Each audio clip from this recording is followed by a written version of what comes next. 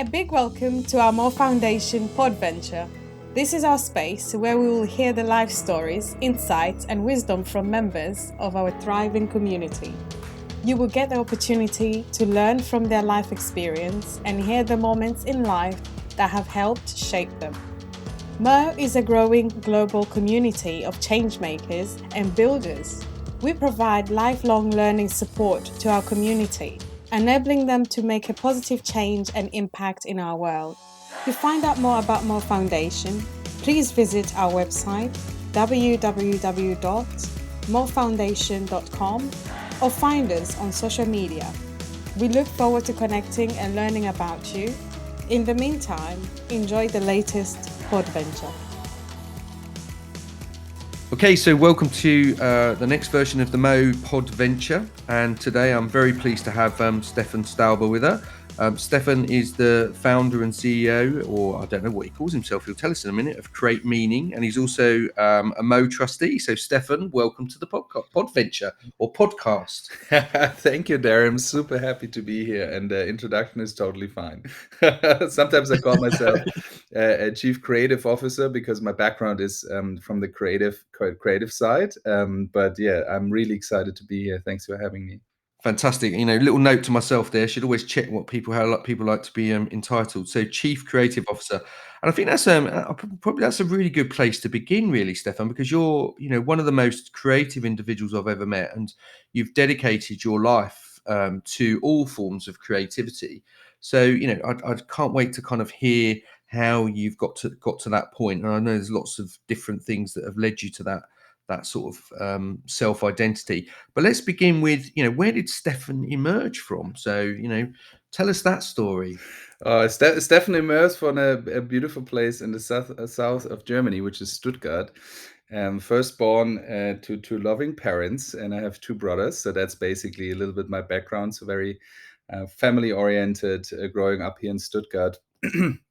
And I had a beautiful childhood here. And who knows Stuttgart? It's a town where Mercedes and Porsche and even Bosch is from. So it's very entrepreneurial. So I guess that was a little bit what I learned from growing up there. But it's also a little bit conservative and not always open to new ideas. And so what happened for me growing up, I got very intrigued by graffiti and actually the whole hip hop movement, which was a very stronghold actually in Stuttgart. So back in the day, Stuttgart and Hamburg was basically in Germany, the main cities where hip hop culture was happening. And there I found a way to express my creativity, I would say the first time in a similar way that I'm doing today, is using art, beauty, to be also a little bit of a rebel and question some ideas or prevalent ideas in society. So that was what graffiti was for me, and that what launched me into a career in as a professional creative, so to say. I didn't know that about you, so that's really interesting. So that's where that kind of initial creativity began. And then schooling, what did you do? Did you go to university? So basically, I started in Germany. You go to a so-called gymnasium. So it's like, first you have the primary school, and then you go to a gymnasium. And it was in some subjects I was really, really good, and in other subjects I wasn't. It was very much tied to the connection I was able to build to the teacher, um, and also in a way I didn't fit in always in this sense of sitting quiet for 45 minutes and learning things that didn't always appeal to me. So I was sometimes struggling also in this school system as a creative person, always full of ideas, but not always able to sit still. And then basically I was always drawing, and this was drawing and doing like little art projects here and there. This was always part of my upbringing and also what I enjoyed doing. And then, as I said, graffiti came into my life when I was probably 12, 13 or something like that. It was one of the things, the music, and started to buy books and magazine into that direction, and then, turned my drawing into that kind of expression of myself. And what I loved about graffiti was basically you make a statement through your art piece, and it's not necessarily a statement that's how to say, that's always wanted. You basically create something that also sometimes wake people's up, or has even a political statement, or basically expresses the art, but not in a commercial way. So you're not hanging in a museum, it's basically on the street. And so that what really inspired me, and then was also then the segue into doing graphic design. So I was basically then asking myself at one point in my life, so what do I do with this creative energy I have in myself? And then my neighbor, she had a little design studio, and she put me under her wings and took me in for like an internship. So, and then I learned the first time to use basically art and creativity in a more commercial way. So like, how do you create business cards, or, you know, create a logo and these kind of things. And then I created my first logo. I think it was with, what do you call an animal doctor? Sorry if I missed the word. Veterinarian? Yep, Veterinarian? vet. Yeah, so they were basically like a veterinarian, and they were like down the street, and they needed a logo. So that's what was my first commercial creative job, what I'm still doing today. But the story in between gets a little bit more diverse. And then I got basically accepted into a school that is teaching graphic design. So it's a so-called Berufskolleg. It's a mixture between university and an apprenticeship. So it's very practical. You're still in school, but it's like the content of a university studies. And that's what I did then for 3 years before I got an offer to work for an international advertising company called BBDO that just opened up their offices in Stuttgart. Yeah, and I remember when you did Movement, you shared about your experience of advertising. So you've moved into the advertising world, and what was that experience like when you got your first proper gig? You know, your first commercial gig. I mean, I loved it. Basically, there was a bunch of people around that were also a little bit misfits like myself. So, like going into advertising, there's no formal study on the creative side. If you become a copywriter or if you become a creative, yes, you can study art and graphic design, but often there were like, you know, people from all walks of life that just got assembled into this company. And BBDO is it's a multinational, it's a big advertising firm born from New York. So we had this like also really successful legacy and big company name, but we were like basically a bunch of misfits. I joined the company when they were like, I think, close to 15 people, so very at the beginning. And then I left when we were 70. So in the 3.5 years I was there, I was like experienced quite a lot of growth and opportunity. But I really enjoyed it at the beginning. It was really a beautiful way to express ideas and get paid to solve problems through critical thinking and creativity, basically. And then you chose to leave after 3 years, you said. So what was the moment that made you go, actually, I want to start moving in a slightly different area? Advertising in and of itself is basically using creativity to convince other people to buy the things you sell, or your clients want you to sell. And the deeper I went into that philosophy, I learned that it doesn't sit too well with me. So I love the creativity. I love what you can do. I saw what amazing things you can do with a campaign, or with a spot, or with a you know, with a brochure, whatever you've created. You could really, you know, change things in the perception of the people that you try to reach, and also build relationship. But I also realized that it was very often just focus on also manipulating people to buy stuff they don't need.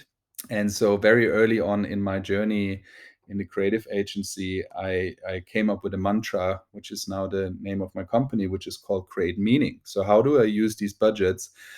The biggest budget I ever worked on was close to 80 million yearly budget. And so you're working with quite substantial amount of money for different clients. And so the question is like, what you can do with this money instead of just manipulating people to buy stuff they don't need, to put it very blunt.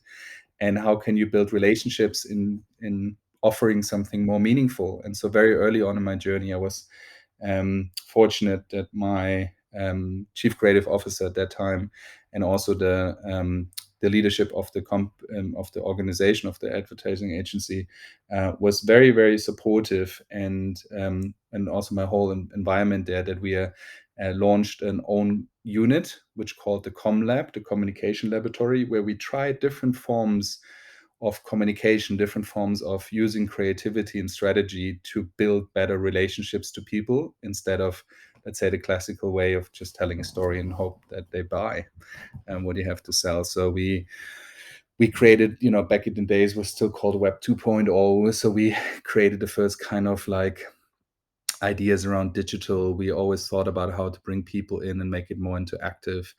And we then also built for a really innovative company called Tignum. We're part of a team helping them to build the first digital product, and with an app and a whole kind of online ecosystem of solutions. And it was fascinating, and I learned so much. But it was also the point where I realized that being in an advertising agency, it doesn't work with the business model. So here it's a long-term business model of building something, of really investing into relationships. And most of our things were like, short-term engagements on our campaigns that are campaigns for certain product launches or for certain season. And I wanted to have, if you want to create something meaningful, you need to do it more long-term. And so that's when I decided, with, how old was I, 23 back then, to become a freelancer and go out into the world and explore how to do this differently. So 23, what year are we talking about, Stefan? So when you've stepped out of sort of corporate land to become a freelancer, what year is that? Oh, let me think. Was it? That's, I think, 13 years ago then, or something like that. Help me. It's 2028. Is it 20? 2008, Was it? was it?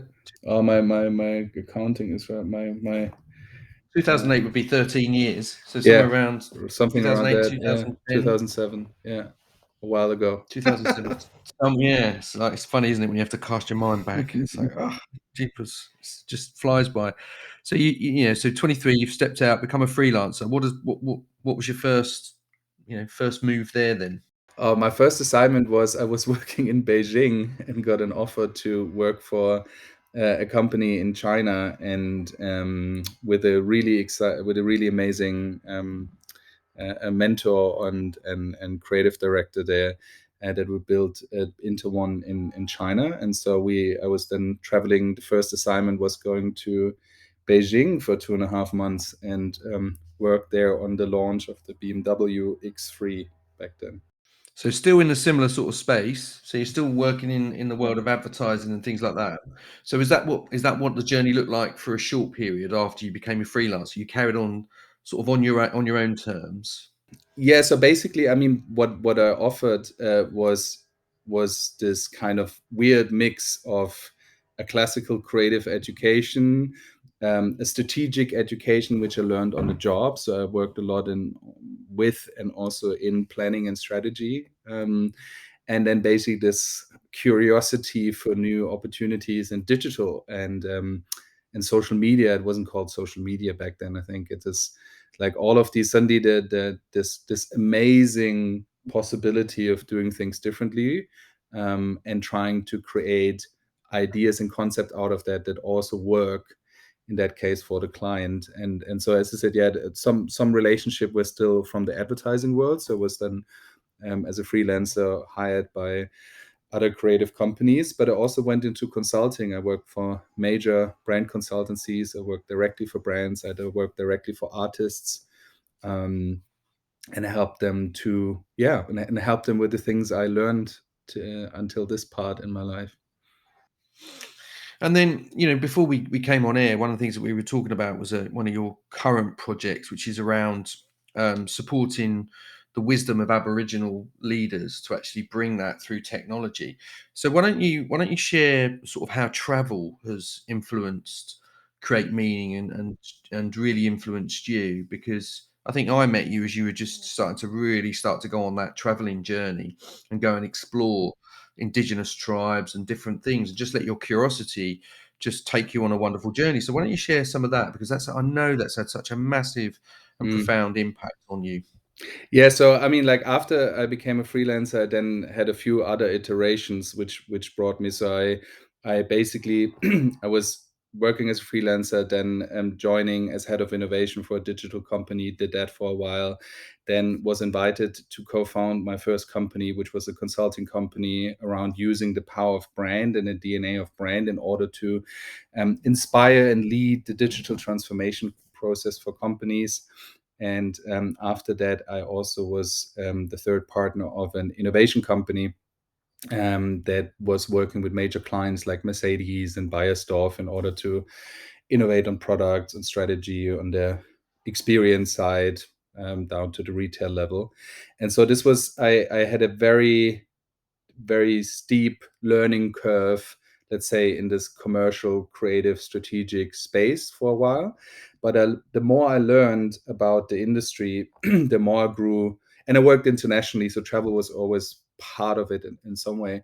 But the more I dove into, or was also tasked with different challenges, I realized that in order to really solve the challenges that the clients are looking to solve, we actually fundamentally need to shift the way our systems work. And not only mean the system on a company level, which in some cases we help to change and transform, but also the system on a, let's say, economical level all around the world. Because the more I became aware of the challenges we face as humanity in the world, the less I got convinced that the current assignments that I have and the current clients that I'm working with are equipped to deal with these challenges. And so that was really the point where I dove deeper and deeper into the question, what do I do actually meaningful with the experiences and the learnings I had, and turn it into real solutions that can make a positive difference. And one catalyst point there, before I went into then the journey part, was actually the death of both of my grandparents, which I was on this like super high career path, doing this, really big budgets and projects with major brands, and in the middle of it, my both of my grandparents got sick, and then they died short after each other. And I was fortunate that we were able to have them die at home, and I was present throughout the whole week that it took for each of them to pass, and that really put me into a spot where I asked the deeper questions of my life. And basically, these questions then led me to look for answers that go beyond just like, the next quarterly review or the success on this project or that project. And since I couldn't find these answers in the current projects I was leading and running in the company I was a partner at, I decided to take all my savings and my courage and embark on a quest to travel for a year around the world. So basically, I founded Create Meaning, the company I'm leading today, with two of my co-founders. And basically, we explore the question, how can you do good things with business and business knowledge? And and this basically took me on this journey where the founding part of that company was that I traveled for a year around the world and basically asked different entrepreneurs, change makers, and tried to learn from them, how do you use skills and how do you build actually systems that have a positive impact and a commercial value. So where did that sort of exploration and journey take you then? Oh yeah, it was also, I started in the beginning of 2015, so it was my 30th birth year. And a funny backstory, I got, when I was 27, there was a big newspaper writing article, one of these like 30 under 30 that will change the industry, etc., etc. Back then, it had a lot of meaning for them, but I was like, I didn't feel that I did anything positive to contribute to change the industry. So when I turned 30, I said like, okay, now I didn't do anything that they said I might do in this article.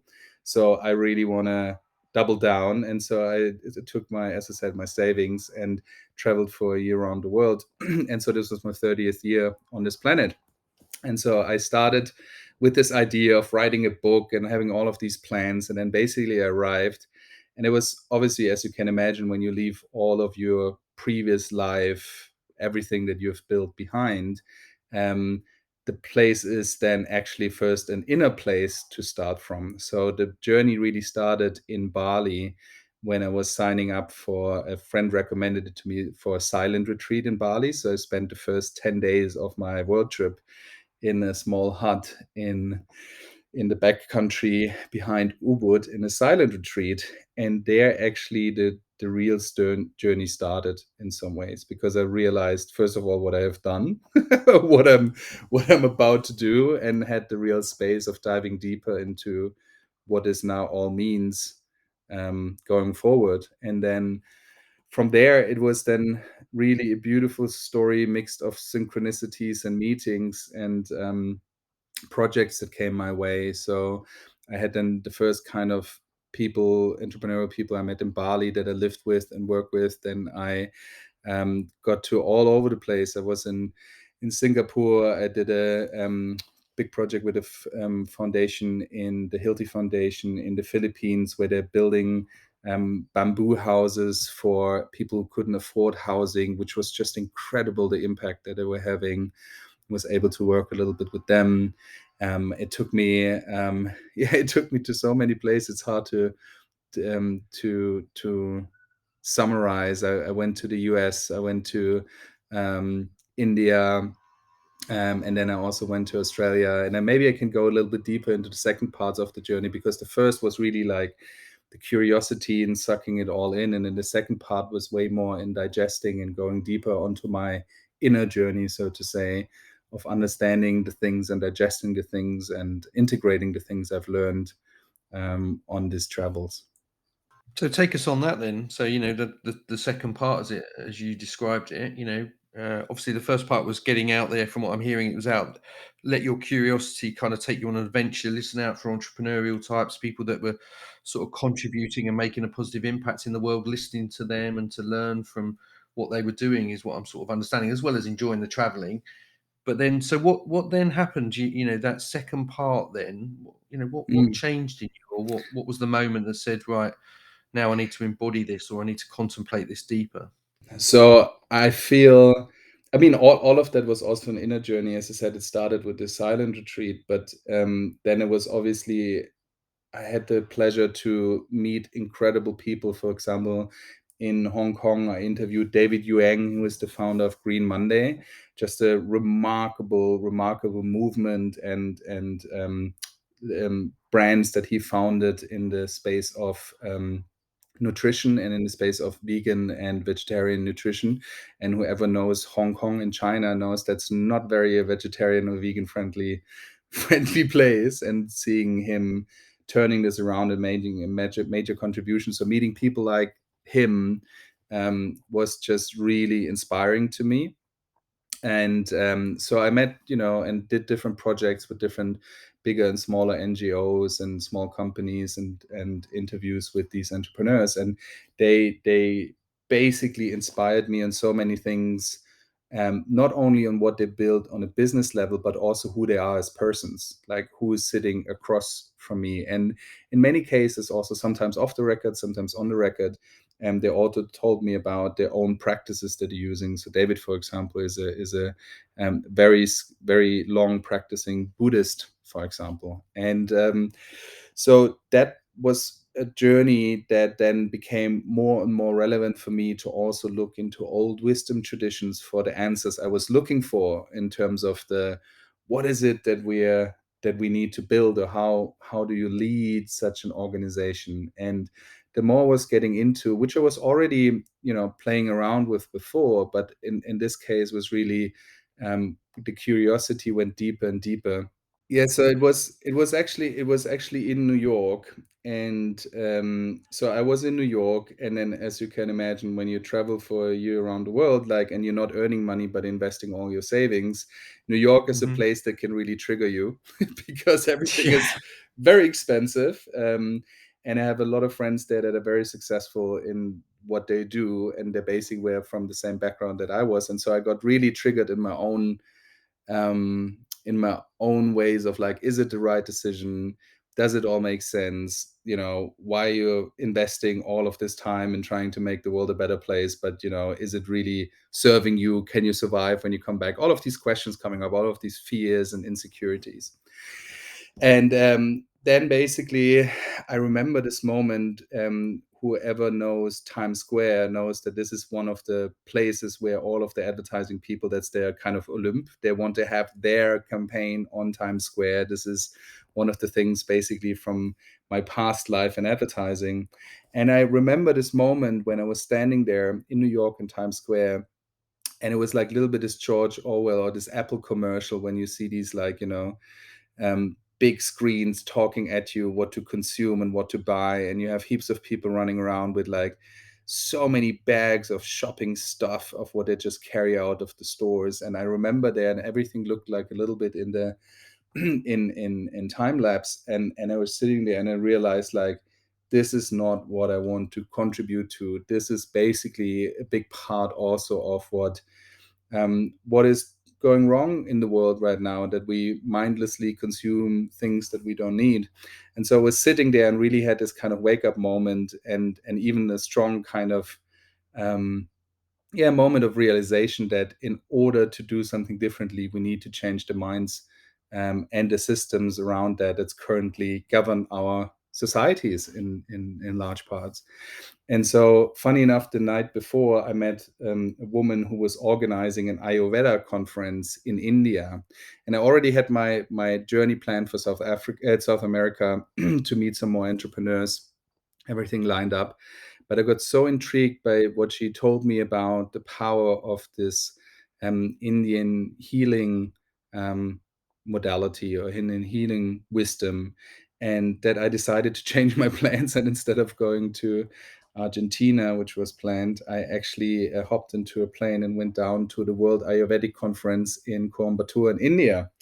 And this Ayurvedic conference was so transformative to me, because although I'm probably was the only one who hasn't any professional affiliation with Ayurveda, I really learned from their holistic view on life, and how important it is not only to heal the body, to get, pop a pill to make the pain go away, but really healing the whole human being on body, mind, and soul.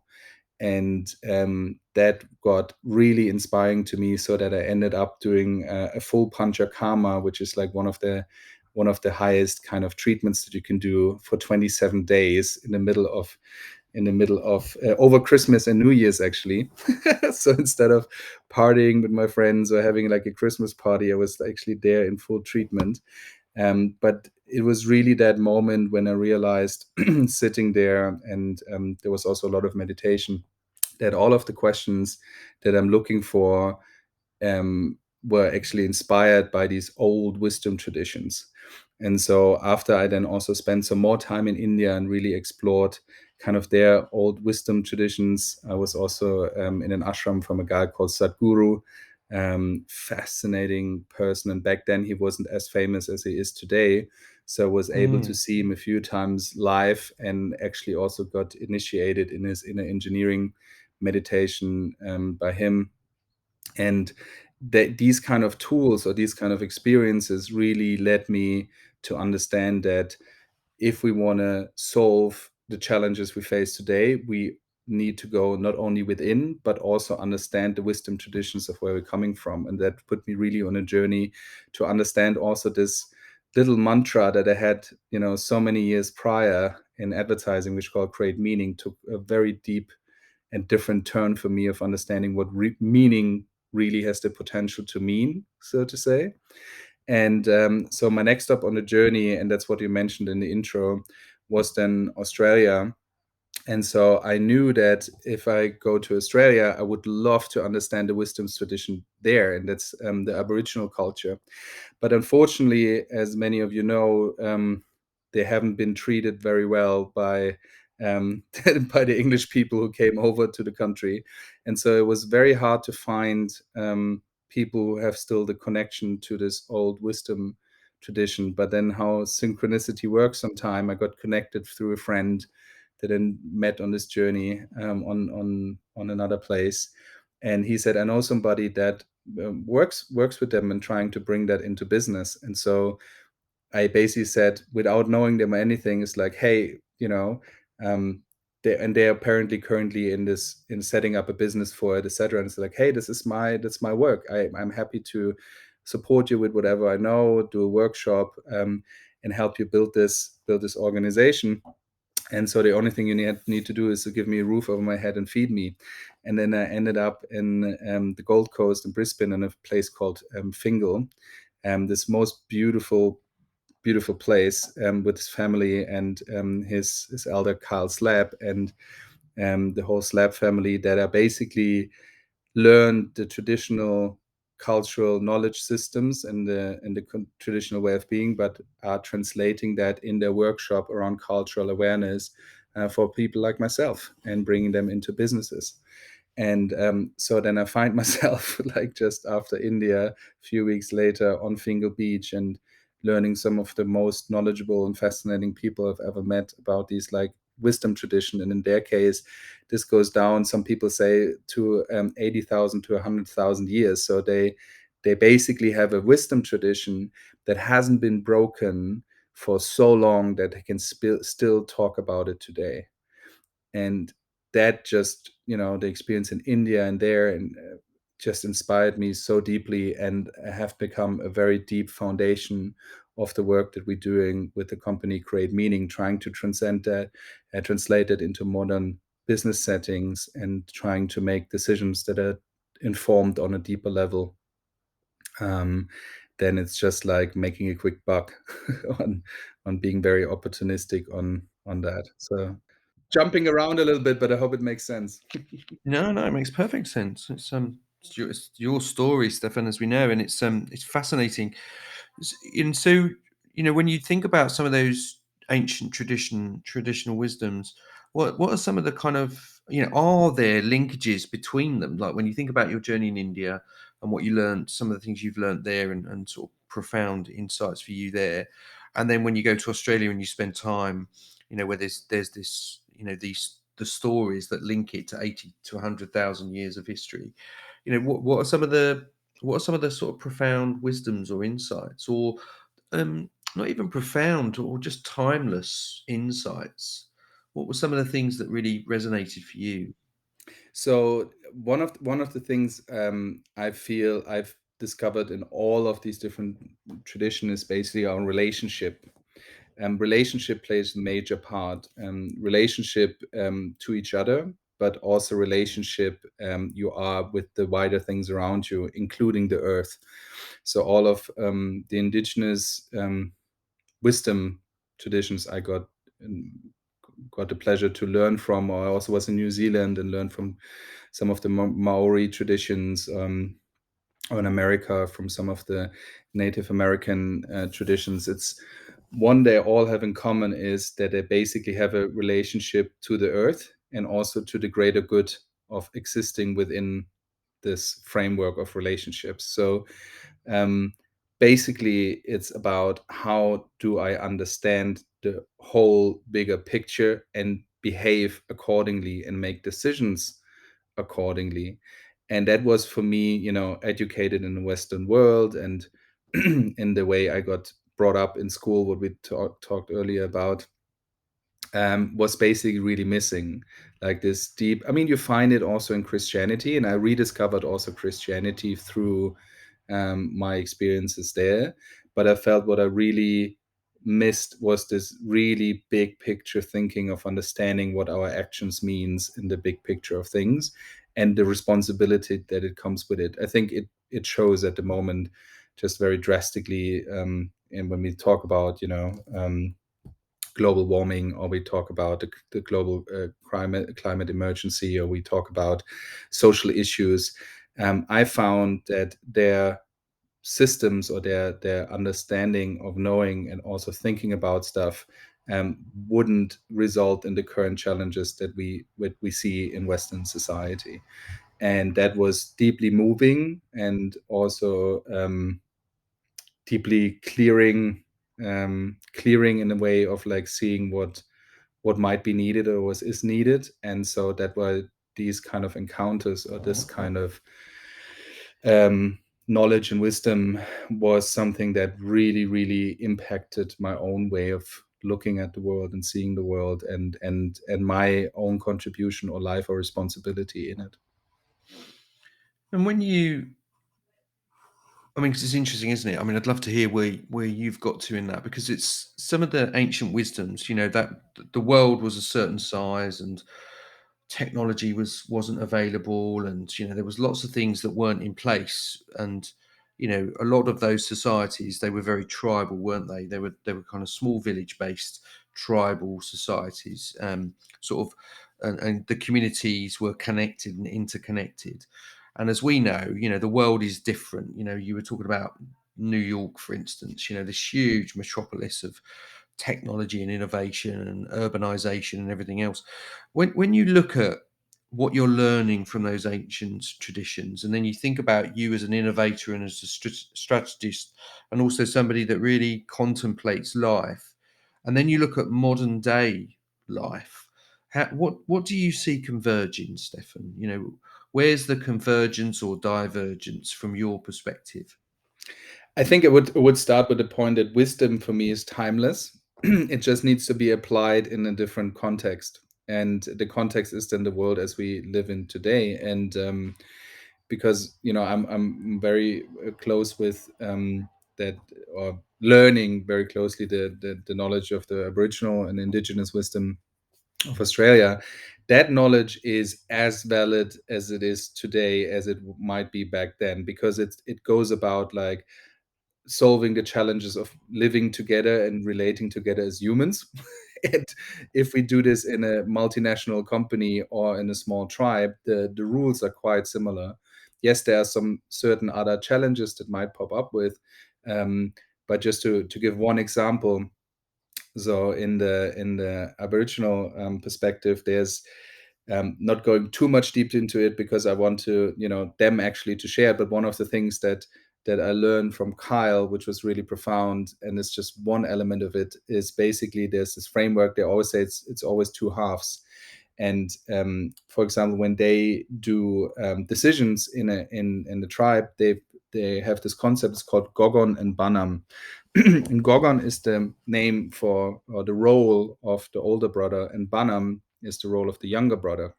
Now, these are not titles. And that's also, I mean, we started early with our fancy business card titles, and they might be also a little bit misleading sometimes, because we have in Western world, we sometimes think those with the biggest title has all to say. And sometimes the companies are run that way, and it's not actually true. And they have a concept of Gogon and Banam, and Gogon in this case means who has the most knowledge to make the best decision for the good of all. And then Banam is the person that helps Gorgon in order to realize that potential of, or the task that needs to happen. So, for example, in a tribal context, this might be the older person in the tribe and two young guys fighting over something. He has the most life experience, so he might be Gorgon for that. So he helps to solve the problem there. In another context, the older person doesn't know how to work the iPhone, so the younger person is then Gorgon for the iPhone and is able to teach the older person that, because it's not based on hierarchy of titles, it's based on a hierarchy of competence. And that little switch, I mean, like most of my problems I had in my career in working with clients or within teams or whatever, was because this wasn't clear. People made decisions that might not have the best wisdom or the most knowledge of that subject. And so they also brought that into, for example, businesses. And in one case of the Sofitel Hotel in the Gold Coast. And suddenly within the team, they figured out who's Gorgon and Banam for what. And so, for example, the cleaning woman was basically Gorgon for cleaning. And then she was asked what things to buy, how to do the shifts differently, etc. So she was the best expert there. Not only she felt seen, but the whole system worked way better because people were played on their strength and on their competency. And just by every important decision, first figuring out who is actually Gorgon and Banam for what, was transformational for me. I mean, like I haven't seen that I mean, there's now the latest leadership teachings, and there's a lot that you can find there too. But there's just one simple example of that. And I think wisdom is always relevant in a context, in the current context. And I think that is something that we need now more than ever. I think somebody said we're drowning in information and starving for wisdom. I think that's a nice kind of summary in that context. Yeah, no, absolutely. No, it's fantastic and fascinating. So within that, so you're saying within Aboriginal society, it's not so hierarchical based. It's this hierarchy of competency and who's got the most wisdom. And Wonderful. relationship based, yeah. Yeah. And did you go and spend time doing dream time? Did you get out and just go and enjoy being in the land? Did you go and do walkabout at all or anything like that? So I had the privilege to get taken out to the backcountry and spending some time there, and we went hunting and basically, yeah, diving deep into the cosmology and learning. And basically, what I also loved was that learning works very differently here. It's not sitting down and taking your textbook out and learning. You basically, your whole day is learning. You walk by a tree and say, oh wow, and this tree, has very hard wood, and this is how you can make the boomerang. Or you walk by a significant stone, and then there's a certain story attached to it. So I mean, I had really absolutely the privilege to learn from somebody that is living this wisdom, and is from that lineage and that tradition. But as I said, like, the wisdom is actually also, I rediscovered Christianity, and like there's so much. Or like, if you read a quote from Aristotle or Plato or whatever, like from the Greek or Egyptian, or like there's so much around where people discovered some timeless truth to living as a human being, and to do things as a collective.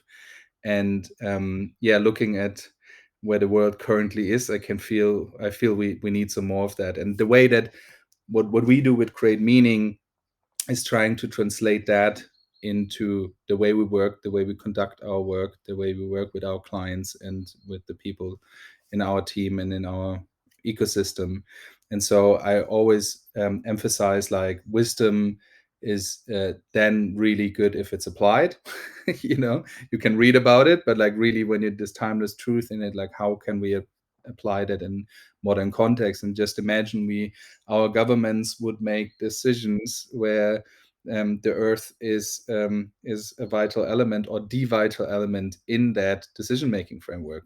We would have a very different government policies that we currently have, for example.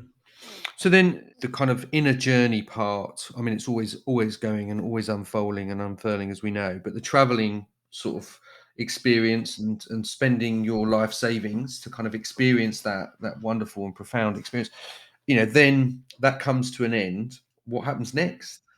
What happens next? I mean, then it's basically, a lot of things have happened on a journey, which then happened next. So I met also incredible individual. His name is Thomas Björkman, who is a philanthropist, doing incredible work in the world, from Sweden. And so basically, one of the first projects coming back from the journey that actually already started on a journey was with Thomas, to build a Berlin ecosystem where we created an own space called the Co-Creation Loft, where we could bring together different change makers, different people interested in inner development, and basically create a space where we can explore these questions, how to put, let's say, inner development, consciousness development, or adult development. These kind of terms are sometimes kicked around with societal change. So we created a space for that, and then later into also an own media platform, which called Emerge, under the URL whatisemerging.com. You can read a lot that's going on there. And so basically, all of what I've learned, and also the relationship that I've built over the journey, was then formed into the company that we are today. So we still basically learning from some of the insights that have happened on that journey, and try to build our business around that. And basically, what we are today, we have two places that we work from. One is Berlin, one is Stuttgart. And we basically created an ecosystem of practitioners.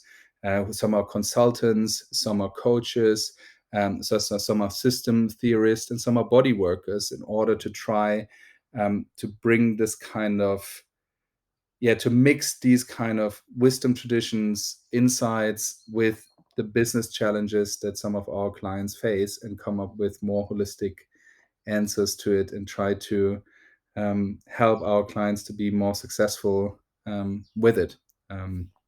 But basically, also maybe as a little focus, what we say at Create Meaning, our purpose is to empower future makers to create a meaningful impact. And future makers are for us all of these people. I mean, like yourself with Mo and others that we know from our circle of friends that really build business organizations and projects that really have an important role to play in transforming the current system. And so we made it our mission to basically put everything that we've learned in business building, in creativity and communication, in innovation and leadership together in order to empower those people to be more successful than maybe some of the current players and companies that aren't committed to make a positive difference. So that's in a nutshell what we're doing today. And what happened after the journey was basically starting the first kind of projects and building a business around that in a commercial way too, that it can pay for the work that we're doing. As you ventured, you ventured out, you've gone on this inner journey and also this external journey and traveling, and sort of it's really it's aligned with your philosophy. I think it's kind of like an emerging discovery of your own philosophy, your own truth, and it's collided with the great wisdoms of lots and lots of different parts of society in the world, which is beautiful. When you consider where you are right now in sort of 2021, and knowing that you're looking to bring that work and find a way to collide it with modern organizations and modern world, how's it working? Is it starting to unfold? Are you finding organizations that are actually willing to sort of go on that journey and sort of to explore learning from those sort of profound wisdoms? Yeah, so I mean, like the profound wisdom, it doesn't mean that every project is about that, so to say. Like, I mean, yes, we have projects that are more explicit about leadership, and there this plays a very direct role, but everything that we do is informed by that. And so what we're doing with organizations is to help them discover their own wisdoms and truths, so to say. That's often the starting point, not always, but often, where we really help organizations to understand. I mean, this word purpose gets tossed around quite a bit. That's why I'm not such a big purpose word fan anymore. But it's basically that it's like, what is your true sense of being? And that in a way is informed by all of these wisdom things that we've learned. And so we basically try to create processes, workshops, and experiences for our clients to really come close with that understanding of who they truly are. And then we're working on different way of expressing that truth. So one part is that's why we have our design studio in Stuttgart, which is led by Hannes Beer, who's our head of design, and he basically then expresses that truth of who this organization is in a design with a logo, with a beautiful brand and communication on it. We work with different creatives of expressing that in film or creating that narrative in different ways. We create projects like we did with the co-creation loft, which is like a project where you can experience a room or experience a project in physical form. And so basically we find, and we have 6 areas that we work with. So the first is basically, as I said, defining what is your timeless truth as an organization. And then we have the tools to express that, which is branding, experiences, and communication. And then we also have the inner working of an organization, which, as you know, with running different businesses, we need a really good strategy. So how do you get from point A to point B? But also business strategy, and also like, a commercial strategy. Like, how do you make this vision work commercially? We have an area of innovation where we help companies to design their future. And we have an area of leadership where we really help them to, what does it mean on a Monday morning? How do I lead my team? How do I practice what I preach, so to say? And for example, my other business partner, Michael Katzmann, he used to be, and on the finance side as an investor, but also on the hedge fund side to basically specialize on turnarounds, so buying companies and selling them, and had a very similar story than mine. Basically figured out that he loses his soul in doing this for very commercial hedge funds, and then basically traveled around the world and came back with similar ideas on wisdom, and now is applying this kind of investor perspective, clarity on business building into helping organizations to thrive and be more successful, that are committed to making a positive impact. So basically what we try to do is to be the companion of what we call future makers, people, groups, or companies that really are committed to make a difference, and help them with all of the skills and network and knowledge and support they need in order to succeed. So that's basically what drives us at Create Meaning. Yeah. And then when you can contemplate those conversations, what's the changing awareness around the context within which we operate? What sort of conversations are you starting to see yourself and hear yourself engaging with? I mean, through this work, and now doing this also for 6 years, we have been involved and are involved in many circles where these conversations around climate change are more oriented at what do we really do with the reality of what we're facing. It's less about an awareness, oh, we need to change something, because most of the people that we work with are very aware that we can go on like this. Some of them are experts in the fields and say like, but we need now to do something about it. So in terms of the conversation that we're having, is that there's a huge awareness out there where people say like, the reality is we can't go on like this as humanity. The trajectory is pretty clear that if we do, we are in deep trouble. And if you look at the facts, actually we already are massively. Just look at it. Just think about back the news that you heard from this year on climate catastrophes in Australia, to floods in Germany, to collapsing societal things in the US, storming of the Capitol, or like what's happening in Afghanistan. I mean, you name it. Like just think about till the beginning of the year the headlines of the news, and not saying that the news are the best thing to consume, but it is a pretty good indicator that we're not going into a pretty good direction as humanity at large. And so I see there's very few people that would ignore that or can ignore that. I mean, there still are. But like if you look at the most people with common sense, they're like, yes, this is not working anymore.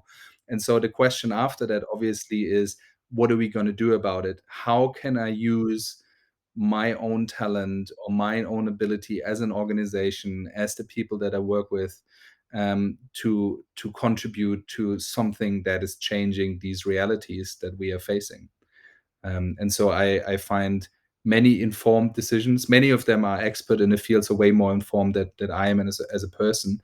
But then what we try to do is to add what we've learned on around art, beauty, communication. In a way, going back to the graffiti element. So how do we add that art, beauty, communication, but also the doing element to it, to help them to do what they do better, Mhm.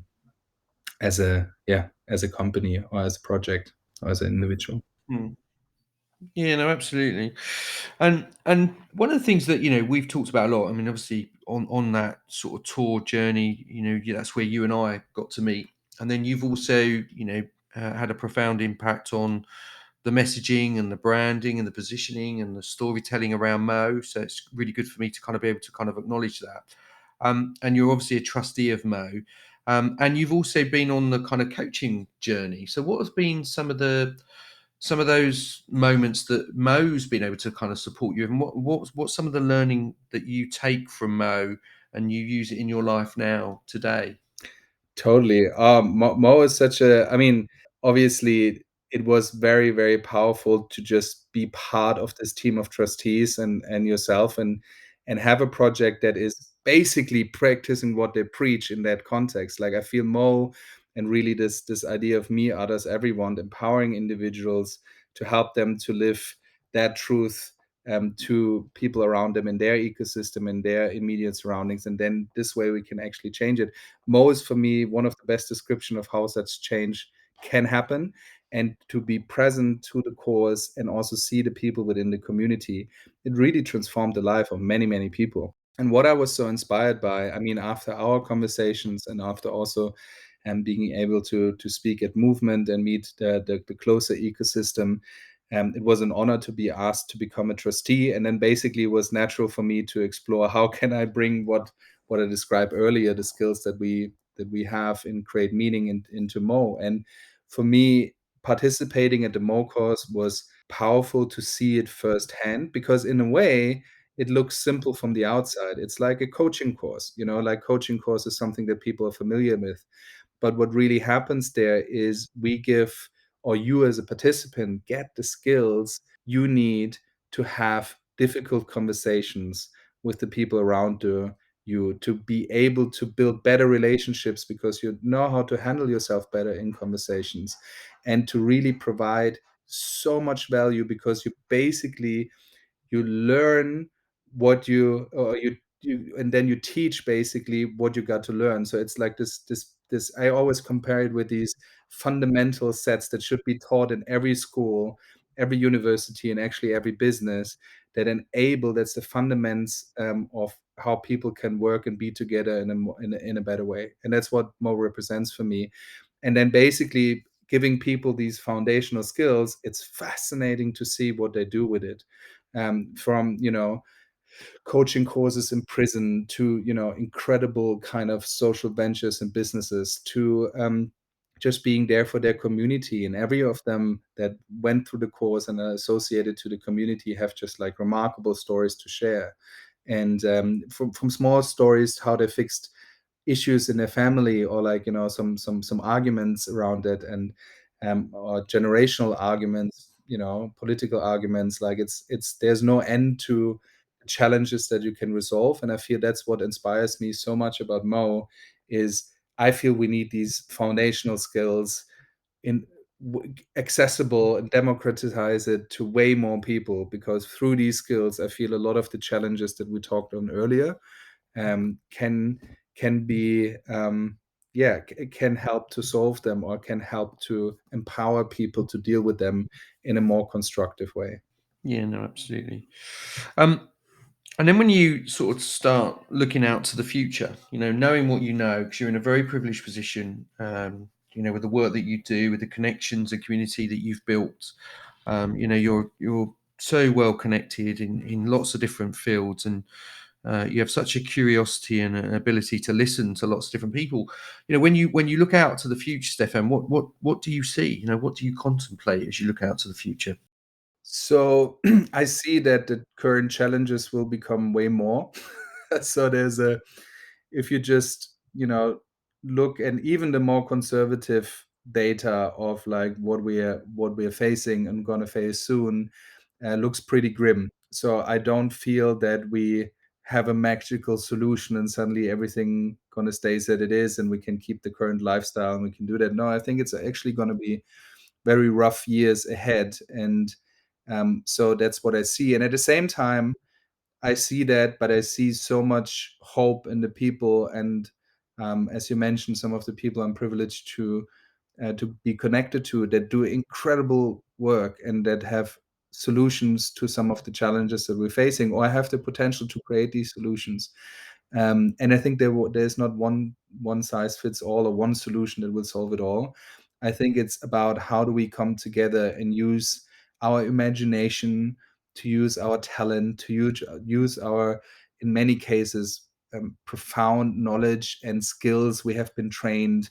I've been trained in some of the best agencies and consultancies, and in some way other people have been trained in engineering by Google, Apple, Facebook, whatever. Now it's just a question, okay, how do we use these skills in order to tackle some of the things that are ahead of us? So on one side, I know I'm preparing myself mentally that things will get rough, and many things in terms of climate change, not for the better. There's just certain things that we will see more floods, we will see more places that people can't live anymore, and we need to deal with in a humane way, finding solutions of how do we can live and inhabit this planet in a different way. So and on the other side, I see so much hope of brilliant people really putting their mind, heart, and soul. And also we have a few clients that are impact investors that are really putting their money where their mouth is and investing into solutions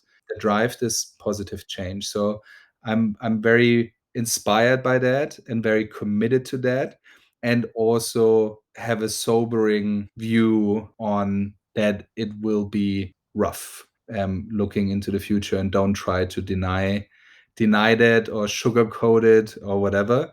Doesn't mean, it all needs to be painted black, but I think there needs to be a realization of that things are changing and will change, and our kids might not live in the same world that we had the privilege to be in and experience in.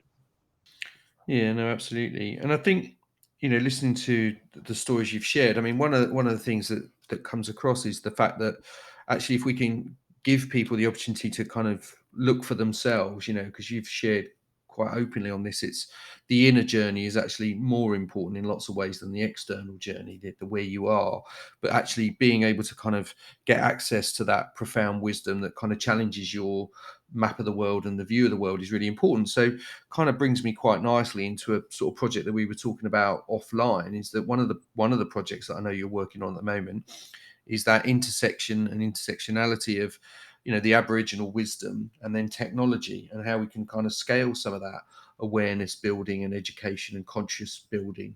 So what does that look like for you? Because I think that's a really profound and positive impact beyond all the work that you're supportive of in Mo, but and all the work you're doing in Create Meaning. This sounds like a really wonderful way to give that opportunity and access to other people. So share a bit about what you hope for that, or what the people you're working with are hoping for.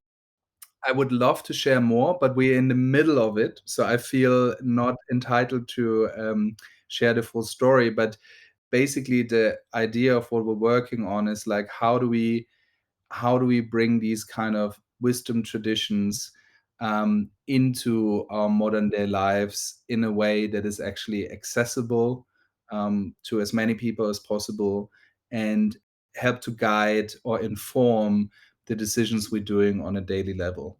And so our focus is right now on bringing that into leadership, because leadership on political side, leadership on business side, leadership on project side, and then basically help from that experience maybe grow to a more broader set at making it accessible to everyone. So that's what I can share at this point. But hopefully within the next few months there will be some more opportunity to share, maybe even a first prototype. But as I said, this is like in the development right now. But one of the things, what is very common, I think, to all of the projects we are doing, is like, there are solutions out there. There are people who can, do amazing healing work or coaching work, or have business solution or engineered something or whatever, that is helping to get us into a more positive direction. And whatever it is, that is basically what drives us to give them the ability to communicate that, the ability to look the part, you know, that also like makes it accessible to. I mean, if you look at commercially, I mean, you can probably name 10 brands, around you that are influencing you in some way. Like, how can we make this project, or any project for that matter, that has a positive impact, be as sexy as Nike or Apple, or be as commercial successful as some of the others? What can we learn from these kind of companies, or from these kind of projects, in order to empower things that are more sustainable, more meaningful, and more transformational for the current situation we're in? Um, and I feel that all of the projects share that in common. They come from a pure place of wanting to contribute and wanting to leverage what we had the privilege to learn or know or build, and make that more successful than maybe other commercial companies that might not have the best of everybody in mind in the core of their business. And so that is, I feel, the major shift that I'm seeing. And I know exceptional entrepreneurs that are doing it, and at the same time being super successful. I think that is what most people also need to understand. It doesn't mean just because you're doing good, you're sacrificing massive profits. No, you can do both at the same time. And I feel this profit and purpose play, to do this right, this is, I think, one of the major things to understand and build into any business that's been founded and transforming the ones that haven't been into that direction, because we don't have another choice as a collective. Yeah, no, absolutely. So, Stefan, if there's sort of final thoughts, wisdom, or anything you want to share to the MOE community and beyond the MOE community? So to the MOE community, first of all, I'm super grateful to just be part of that. And I feel for me, it's the little things that can make a huge difference. The things I learned in MOE is really how to listen, you know, listen carefully, and being able to ask deeper and more meaningful questions, and really, engaging with these tools of coaching, not to be in a conversation and coach somebody else, but really being in this inquiry of learning to understand what people really mean by certain things. And so for me, it's really like this community of practice. How do we use what we've learned at MOE and other places, but how do we apply it into our daily lives? And that's what inspires me to be part of that. That's why I'm proud to be a trustee. And that's why I know that MOE is playing an important role in the lives of so many people, because it gives these basic tools that help us to to be a little bit of a better version of ourselves in who we are and what we do. And so my last piece of wisdom would be is act on your intuition to share that and do that, and don't be afraid to open your eyes, open your mouth, um, open your heart, and bring these kind of deeper understandings of life and relationships and who you are into the world. And so that's what I feel MOE is inspiring and enabling through their courses and the work. Thanks for that, Stefan. And then for people that want to connect with you and create meaning, where can they find you? So just look at our website. It's called createmeaning.com, and all of the other platforms, from LinkedIn to my personal email, which is stefan@createmeaning.com. Don't hesitate to shoot me an email or add me on LinkedIn or whatever you enjoy or use doing. I'm always happy to jump on a call for like a little coffee or just a exchange. These topics are very close to my heart, and I really believe that every conversation can be an important contribution to changing perspectives and realizing potential in a meaningful way. Wonderful, Stefan. Thank you so much for your time. It's been brilliant to have you on this this podventure, and I look forward to bouncing with you sometime in the future. Thank you, Darren, and thanks for all the work that you're doing for MOE. Thanks, mister. Take care.